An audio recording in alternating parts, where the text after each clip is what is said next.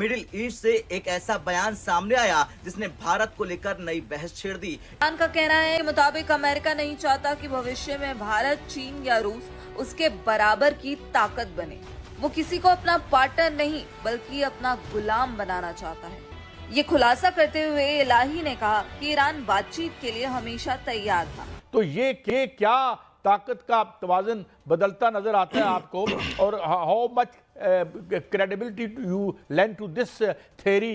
तो अब तक की सूरत हाल हमने देखी 2 से ढाई दिनों के अंदर, इसमें आपको क्या लगता है कि पूरी दुनिया के अंदर इम्पैक्ट क्या गया है? क्या पूरी दुनिया ये समझती थी कि ईरान इस हद तक जो है वो जवाबी वार नहीं कर सकता? डेडलाइन हो या रेड लाइन हो, कोई फर्क नहीं पड़ता।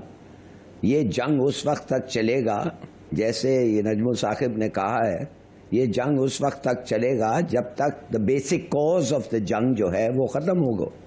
साथियों, भारत का नाम लेकर के ईरान का कहना है कि वो जंग रोकने को पूरी तरीके से तैयार है। यानी कि अब जो है भारत को इन सब चीजों में घसीटा जा रहा है कि भारत का नाम लेकर के ईरान बेसिकली ये कहना चाह रहा है वो जंग युद्ध जो है वो रोकने के लिए तैयार है पूरी तरीके से। लेकिन ऐसा कुछ नहीं है। और एक तरफ अमेरिका, ईरान का कहना ये है कि अमेरिका जो है ये सब करवा रहा है। अमेरिका जो है वो अपना रुतबा दिखाना चाहता है। अमेरिका चाहता है विश्व भर में जो है ये वर्ल्ड वॉर चालू हो जाए और अपने आप को अमेरिका को आगे कर ले, इकोनॉमी उसकी बड़ी हो जाए। बेसिकली भारत को पीछे करना चाह रहा है अमेरिका। और डोनाल्ड ट्रंप का बेसिकली ये प्लान है, ऐसा ईरान के जो लीडर हैं उनका कहना है। बाकी देखते हैं क्या सच्चाई है क्या झूठ है। लेकिन अभी तो यही खबरें आ रही है भारत का नाम लेकर के, यानी कि भारत का यूज करके ईरान ऐसे ऐसे बयान देते फिर रहा है। और इस सारे तनाज़े के अंदर पहली बार भारत की एंट्री भी हो चुकी है। भारत का भी अब नाम खुलकर सामने आ रहा है। पाकिस्तान को अपनी पड़ गई है और हालात खराब हो सकते हैं अगर ये जंग तवालत इख्तियार करती है। के मुताबिक अमेरिका नहीं चाहता कि भविष्य में भारत, चीन या रूस उसके बराबर की ताकत बने। वो किसी को अपना पार्टनर नहीं बल्कि अपना गुलाम बनाना चाहता है। और इसी दबदबे को बनाए रखने के लिए वो दुनिया के अलग अलग कोनों में युद्ध छेड़ रहा है ताकि कोई भी देश उसे चुनौती ना दे सके। ये खुलासा करते हुए इलाही ने कहा कि ईरान बातचीत के लिए हमेशा तैयार था। तो ये क्या ताकत का तवाज़ुन बदलता नजर आता है आपको, और how much credibility you lend to this theory?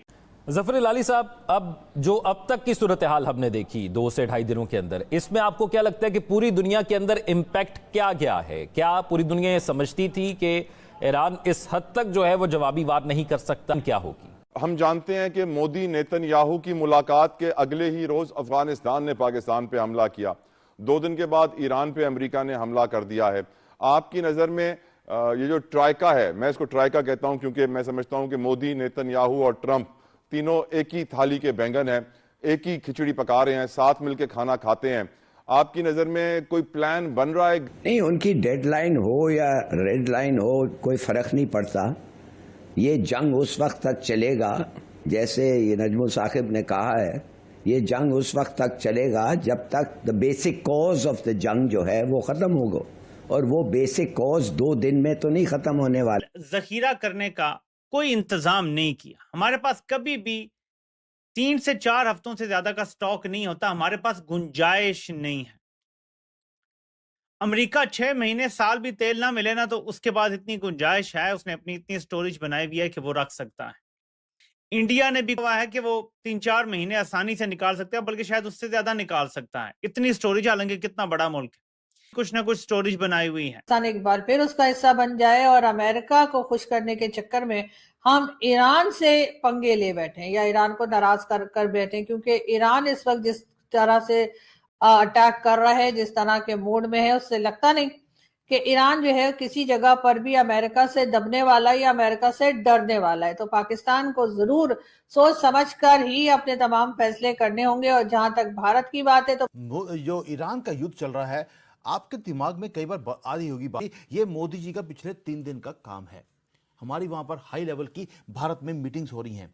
Pentagon को फोर्स किया जा रहा है कि वो भारत की जो फैक्ट्रीज हैं वहां से वो हथियार खरीदने शुरू करें, और वो सारा कुछ कर रहे हैं जब भारत दुनिया की सबसे बड़ी इमरजेंसी चल रही है, उसके बीच में वो दुनिया का सबसे लार्जेस्ट इवैक्यूएशन का प्लान उन्होंने बनाना शुरू कर दिया। हमारे जैसे लोग जो अब दुबई में फंस चुके हैं, इनको बाहर निकालने का प्लान वो एग्जीक्यूशन में है। क्या कुछ हमारे सामने है, हम देखते हैं। मिडल ईस्ट के अंदर जो प्रॉब्लम है, उसके अंदर जो होता है एक फ्यूज का बल्ब होता है, पॉइंट होता है, उसको निकाल दिया गया, अब फ्री फॉल पे है। पैनिक है पूरी दुनिया में। वॉशिंगटन में एक पैनिक है, केओस है यूरोप में, क्योंकि उनकी जो कॉस्ट है एनर्जी की वो बढ़ गई। और वहां से 1500 किलोमीटर दूर या 3000 किलोमीटर दूर मिडल ईस्ट से, वहां पर भारत में एक वॉर रूम बनाया गया है, जहां पर मोदी जी बैठे हैं खुद और साथ में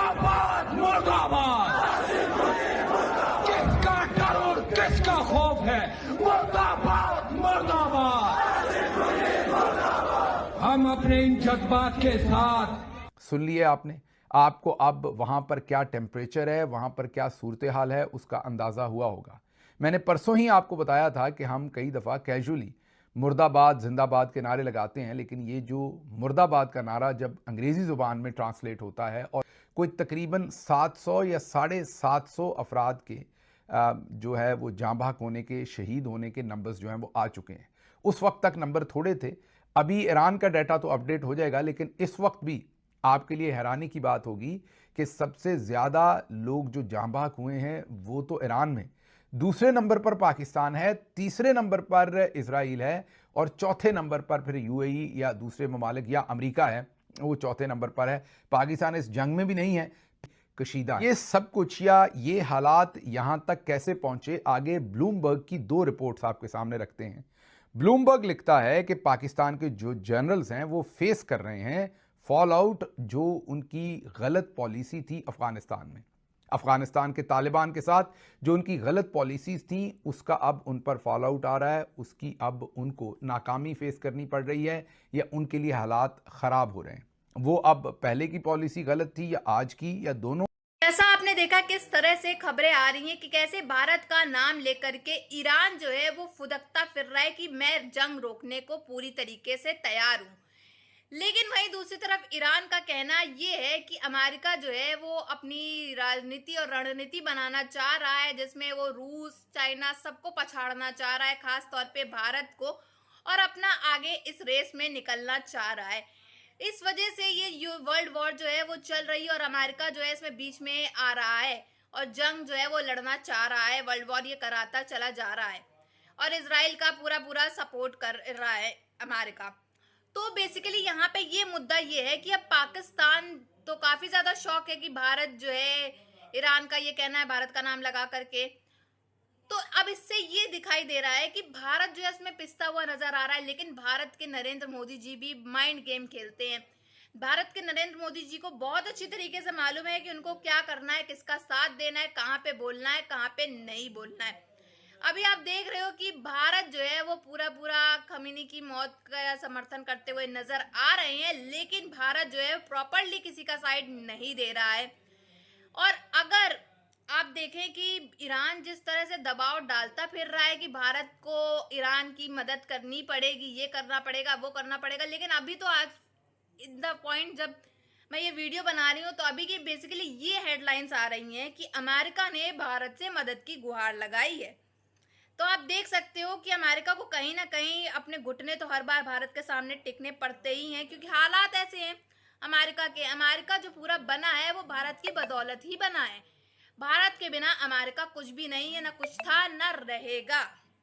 बाकी आप सबकी क्या राय है इसमें कमेंट बॉक्स में जरूर बताइएगा। आपको क्या लगता है ये जो ईरान भारत का नाम यूज कर रहा है, क्या ये सही है या गलत है? कमेंट बॉक्स में अपनी राय जरूर बताइएगा।